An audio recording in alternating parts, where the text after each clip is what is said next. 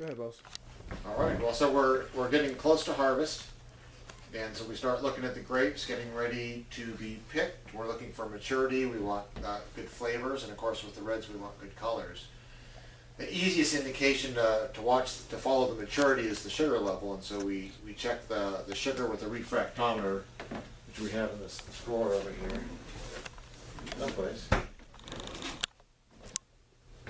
And it's pretty cool, and yeah, too bad we don't have some grapes here, but you put a little grape juice on the little slide here, and drop it down, and then there's a shadow that's cast on a scale, and it tells you exactly what the percent sugar is, whether it's 20 bricks or 24 bricks or 18 bricks, and so it's just a cool little instrument called a refractometer.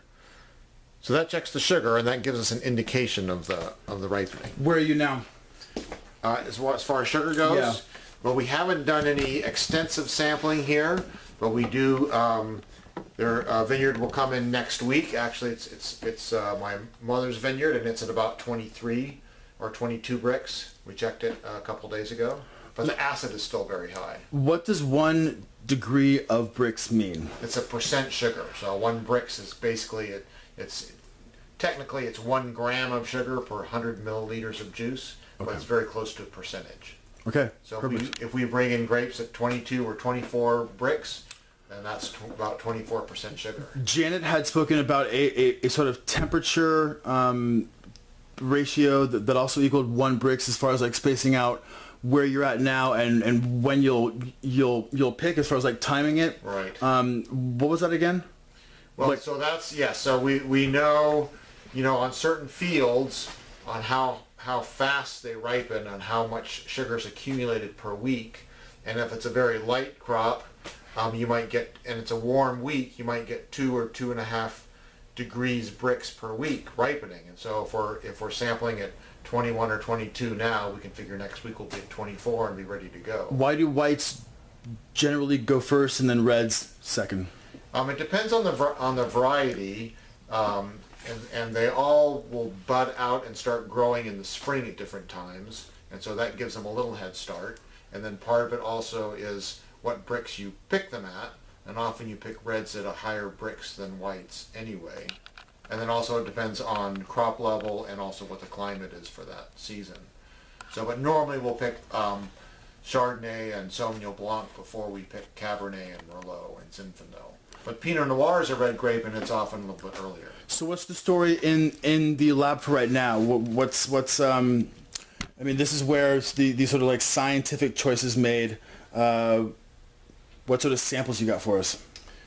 We have no samples today. We had some yesterday. Oh, come on! Oh. But we could pick some. Okay. And we can get some done.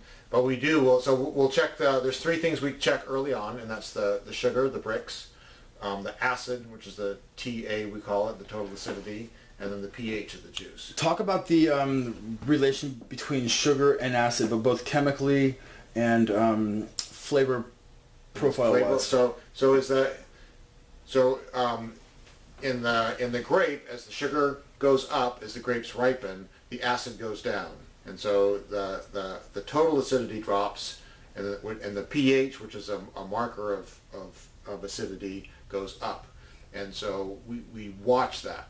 So, for example, the sample I brought in yesterday, or Tuesday, yesterday, the sugar was showing between 22 and 23, so it was getting close to being ripe, but the acid was still at 1.01, which is high. We want more around 0.8. So for the chem nerds out there, what molecules are we talking about? What acids and what? I mean, is it sucrose, fructose as far as the sugar, or the sugar is fructose, which is a blend of sucrose, a blend of fructose and glucose, and so they both get fermented by the yeast. Okay. The acid is primarily tartaric acid, and then there's some other little minor one, and malic acid is in there also. Okay. And those both get metabolized as the grapes ripen, and so those numbers drop. Clipping we go.